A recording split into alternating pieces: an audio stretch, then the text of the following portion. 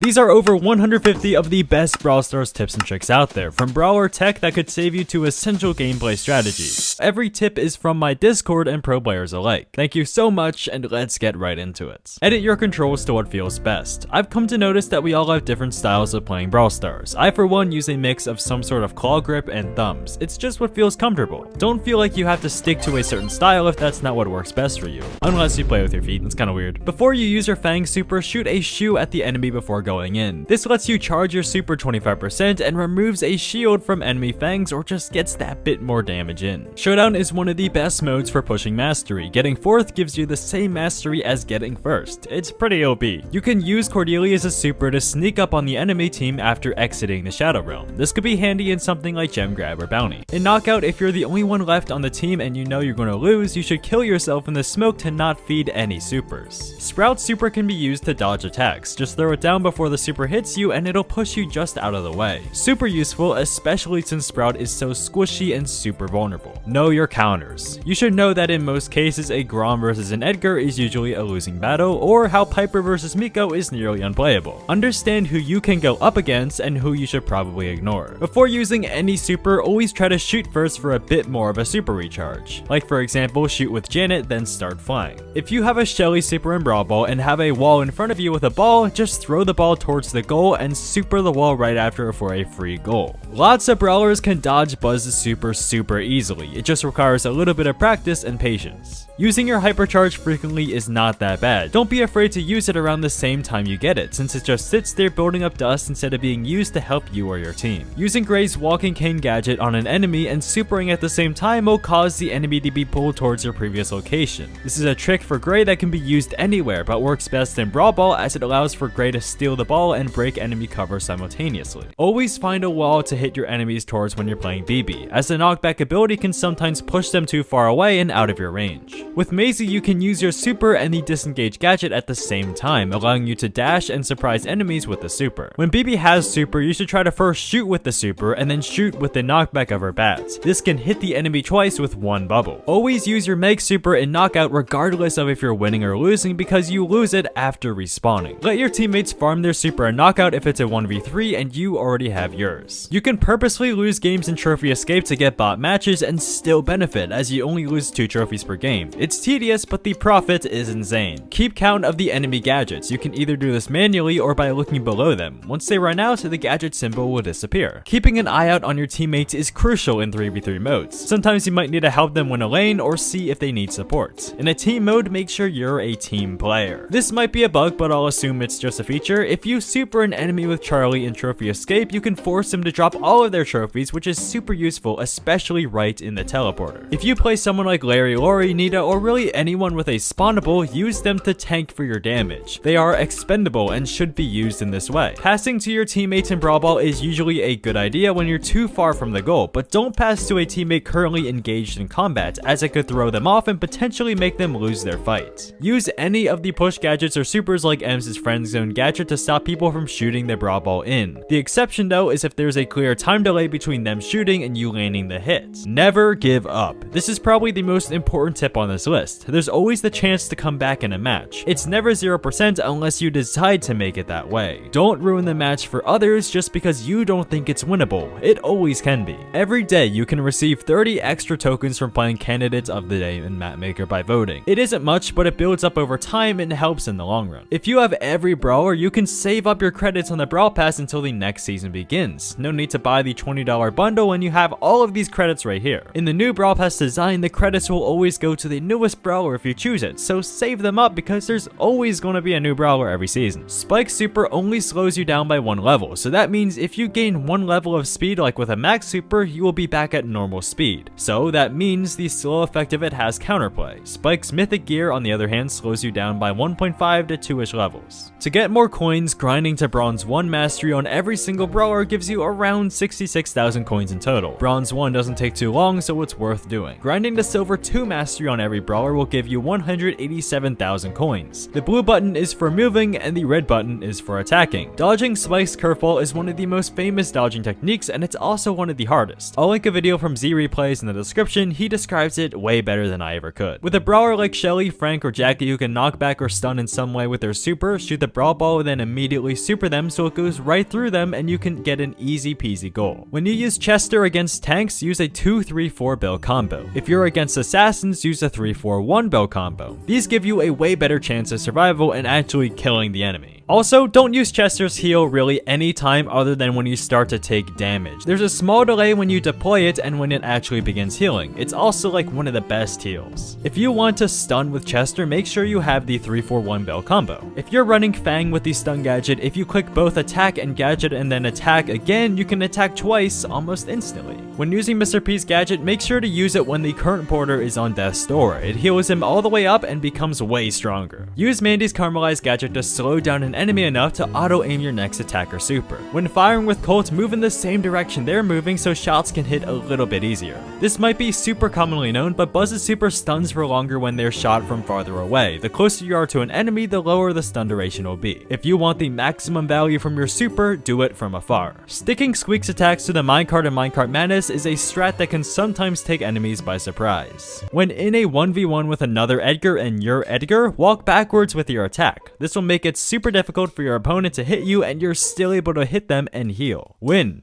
Don't lose. Angelo and Hank are the only two brawlers with a charging attack, but you might not have known that you can activate their gadgets while they're charging. This can be super useful when in a tight situation and you don't want to lose your bubble. Sprout's hypercharge is not that good, but it is really good in heist paired with this replanting gadget. It can deal massive amounts of damage to the safe with little to no effort at all. Just good luck defending. Gems and gem grabs spawn towards each team's side one at a time. It's not random. Use this to your advantage and don't ever extend yourself just for a few gems. Never force kills in bounty or wipeout. They're very slow game modes. Chip away at them and don't rush in. Your death could be the deciding factor between winning and losing. Don't bunch up. So many brawlers nowadays do some sort of splash damage, which could just feed if you're just being a stupid, soofy, goofy little goober. Pay attention to how your enemy dodges. People have patterns in their movement and this can easily be manipulated. Use Mandy's super on choke points in the map, not random willy-nilly. When you're using Shelly, run her Shell Shock star power and clay pigeons for maximum carnage. Games. If you already have a bear down with Nita, you can activate your gadget, then spawn another for an insta stun. Bull can tank any knockback with his super, which can be super useful if you need to win a matchup against a BB or something. You can actually super through unbreakable walls using Bull. Subscribe so we can hit 100,000 subscribers. We just need a few more, so go! Go! Get an insane combo with Primo by shooting, suplex supplement, run to the landing spot, and then shoot again. Dyna Jump is super interesting, and one of my favorite tricks to do with him is throw a stick at my feet so I jump away, then throw a stick where I want it to hit. If the enemy decides to attack me, I might dodge, and best of all, I can get away a little bit easier. Whenever you're playing Dynamite, if you know you're going to hit a shot with Dynamite, always throw at least 2 shots at the same spot at once. Dynamite deals a ton of damage, and this can probably kill a lot of brawlers in the game. Gadgets like Daryl's recoiling rotator, popping pin cushions, or multi-ball launcher, you can easily get a ton of damage into a heist safe. You just need to position it right. Brock can actually hit behind walls, which is super useful when trying to hit an enemy behind cover. Use a Gene super to cancel a brawler's attack animation. You've got to be a bit careful when using this, but you can attack faster with a Mortis when he's up against a wall. In some instances, you might not even see his attack animation, but be careful because sometimes nothing happens. With Primo's new hypercharge, use your meteor gadget and then you can hypercharge super an enemy right into the meteor again. Use unfriendly bushes, then hypercharge Rosa to make it near impossible for enemies to escape. Jessie's super is incredibly valuable in Hot Zone. Use her energized star power to shield damage, and a bonus is that the bounce shots can hit enemies approaching. Use Tick as an area controller. He's pretty useless outside of that. His entire kit basically revolves around getting enemies away from you and dealing annoying chip damage. Try to corner enemies with his attack and only use his super and gadget when absolutely necessary. If timed correctly, you can hit an enemy twice with a Daryl super. Similarly, you can extend your super length by rolling on water. With Penny, use Master Blaster to knock back enemies towards you and then use Salty Barrel to finish them off quickly. With Bo, move left to concise your attacks into a more centered formation and right to spread them out farther. Run towards an Ems instead of away from her. Her attacks deal more damage farther away than up close. On the contrary, do the opposite with Chuck. When you use do attack before you super. Sometimes you might get your super back, letting you do a double chain. I don't think many people know this, but you actually get a 50% damage reduction with Chuck. So when you're low on health and you need to get out of a tough situation, using his super might be the way to go. Always try to play with Bruce after spawning a Mim. Don't just throw him down just to throw him down. He's valuable and can be an incredible ammo waster. Side note, only use Fox Fur when the situation absolutely calls for it. It gives Bruce essentially 11,600 health, which is wild. You should always know what walls to break in a given match. Sometimes it's better to not break any, but other times you want to clear them all out. It all depends on your team and the enemy's team as well. For example, if my team is running Tick and Hank, I might want to keep my walls up, but if we're running snipers and marksmen, well, the walls should come down. Don't ever extend with 8-bit. He's slow and is an easy target to be whittled down and to charge the enemy super. Cheat Cartridge is very useful when falling back to defensive spot. Don't be afraid to use this as much as you can. His super is very rechargeable and can be used multiple times. Homemade Recipe is best used when trying to secure a final kill rather than chipping with Piper. Pam is used as a defensive tank, not a damage dealer. Use her as such. Pam's shots are not random. 5 are in the middle with 2 on each side. Aim to the center at range, but you can chip damage around walls in a pinch. Frank's super is very valuable. Use his tank trait to farm it and get as many off as you can. It's great for controlling an area. Do a normal attack with Frank in one direction, then shoot your super towards them immediately after as a surprise attack. Use Nani's shield to tank a bunch of damage like in the hot zone or heist. Be careful though, as this will charge their super and she can be interrupted. Even though you might be running business resilience, the healing is based off of your missing health, so it will become redundant after a while.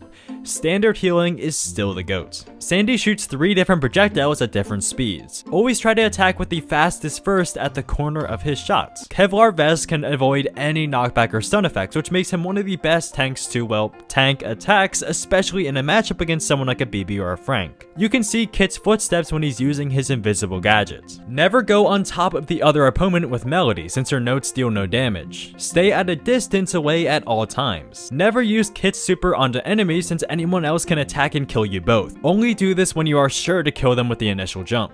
Play your role. Each brawler has a role to fulfill in the grand scheme of a match. There might be a tank, the damage dealer, the controller, etc. Just embrace it and be the best you can be. Make sure your friends list is clean. There's a reason I don't like adding a lot of you guys, because I want to keep my list only with people that I know I can work well with and people that can carry me. Using Grom's super, then immediately popping his gadget and attacking after leaves them very exposed. Charge your Hank attack in the opposite direction you're trying to attack with, and then flick your finger around to actually attack them. It's harder for them to predict where to land if it's not facing them. The Rodeo Hank bubble is solid, where the normal Hank bubble is translucent, which can be beneficial for hiding teammates, but also really bad when trying to actually hit enemies. Hank is still the best though. Understanding Hank's super pattern can make it so that you can snipe people from incredibly long distances. They deal a ton of damage, so this is really good when you want to master Hank. Hank's bubble does not disappear if you use teleporters, making sneak attacks really good. Use survival shovel right before rushing into an enemy. Don't use it once you're up close to them. Mortis won't have enough time after being up close to fully utilize the gadget after the fact. Focus on eliminating single targets with Mortis before the team. He's better at 1v1s than teams, though if you can cook, then go cook. Super before you charge at a group of enemies with Mortis. It'll heal you, and if they attack, it'll be negated. This is also a reason why his mythic gear is active. Gene is probably the best brawler to use vision gear with. His attack spread is insane, and being able to accurately see where an enemy is super useful, especially if they don't know that you're running the vision gear. Dribbling in Brawl Ball is an incredibly useful skill to have, especially with highly mobile brawlers like Melody or Mortis. Bounce shots off of walls. This is the best way to attack enemies on top of you with Sprout, though it still kinda sucks because it's Sprout. Malaise is an underutilized Byron star power. It lets him shut down Mortis's or Edgar's super well, and not a single soul actually plays this star power, so it will definitely catch someone by surprise. Squeak's sloppy slowy gadget is best used in choke points around the map. Gray's walking cane gadget can be used to pull enemies through unbreakable walls. Use controlled Willow enemies as shields rather than using them on offense. Willow's super also works on brawlers with respawn shields. Doug plus 2 tanks is very viable in Brawl Ball. Doug double tank? You can see where Chuck's post will go next by the direction they face when near them. Throw a Chuck post slightly outside of the circle radius so you get a little bit more range damage with it. Slowing Toxin is viable even if it only affects one enemy. It could be enough to push you to win the game. When you hit someone with Crow, run back and turn around unexpectedly to get even more chip damage in. It's best to use Invisi-Heal with Leon to get a ton of free healing since you can't get rid of the effect. Aim ahead then behind a brawler with Amber to secure some damage when you have a bit of ammo left. Auto-aiming is usually the way to go, but a lot can go to waste that way. Play Meg passively. She deals really good chip damage from moderately long range, but when she's out of the mecha, she's super useless. Though do note, her little form does deal more damage per bullet than Rob does. By using Push It, Colette can cycle hypercharges way quicker than without. Just like Rico or Sprout, balance rough shots off walls for a longer range. Prioritize buffing teammates than throwing your super at enemies with rough, since these stat boosts come in handy far more often. It's best to use a super to either break walls or buff. Use your Janet's super very wisely. Sometimes it can be great to get out of trouble, but it can also make you unstable and fly into places you really don't want to be. Otis can mute enemies with respawn shields in any mode. I find this really useful in duo showdown and sometimes in brawl ball. Buster's super is invisible when inside a bush, which can come in handy when protecting a teammate from a Gene or something. Sam's Knuckle Busters give Sam a bit of a speed boost after throwing them. You can constantly pick them up and throw them again to get an almost indefinite speed boost. When using Cordelius, mute the enemy first and then shout around them. You can dodge using Cordelius super since it removes all projectiles from the map, but be careful since this can save an enemy your teammates are shooting. Cordelius's hypercharge can be used for stat boost at first, then super at the last second for maximum value since the effect stays the entire duration. It's always better to charge your heat bar with Pearl as much as possible, but attacking at low heat is okay, it's regeneratable. Miko's biggest weakness is when people actively know he's there. Hide inside the bushes to stay stealthy. Monkey Business can disable charge shots at brawlers like Angelo or Hank. Presto doesn't put a ring above Miko's head, so this can be very useful when catching enemies by surprise. Just like Cordelius, use your hypercharge for stat boost at first and use your super for maximum value with Miko. Sorta like Hank, don't aim directly at your opponents to psych them out with Angelo, as you can see where he intends to shoot. Melody can gain notes even if she hits a non-brawler. This is really useful against turrets or the safe or things like that. Move counterclockwise when using Melody to get more damage in more efficiently. Die as much as possible with Melody so when her death plays, it distracts the enemy enough to kill them.